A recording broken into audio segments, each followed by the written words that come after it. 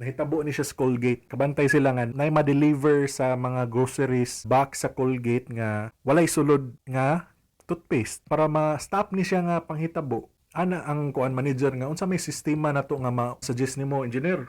So ana ang engineer nga sayo na sir. Buhato na to ana sir. Maghimo kog sistema sir nga automatic mo timbang ra na ang assembly line sir. Tanaw gani sa makina nga gaan mo alarm din siya. Tit tit tit tit tit tit. So ang katong mga trabahante, mga factory worker, makabantay sila. So ila ditong kwaon ng box nga way sulod. Sige, ato nang suwayan. Mo to nakabantay sila usa ka semana okay ra. Pero nagkadugay ang mga trabahante kapuya na sila kay kada mo alarm ang good mo restart ang system samot sila kahago ba kay ihap na sad sila balik mo barog na sad sila ana ba kanang wala pa gid nila na perfect ang initial solution nga motimbang sa Colgate nga mga box mo to na may usa ka trabahante nila nga wise kayo nga unsa kahag katong industrial fan ato na lang tong ibutang diri mo to ang ibuhat nila butang sila industrial fan sa tubangan sa assembly line ipakusog nila ang tuyok sa hangin so ang katong mga way sulod nga mga box automatic malupad siya sa electric fan pagbalik sa engineer tinga siya ano naman gigamit tong sistema ano na naman ni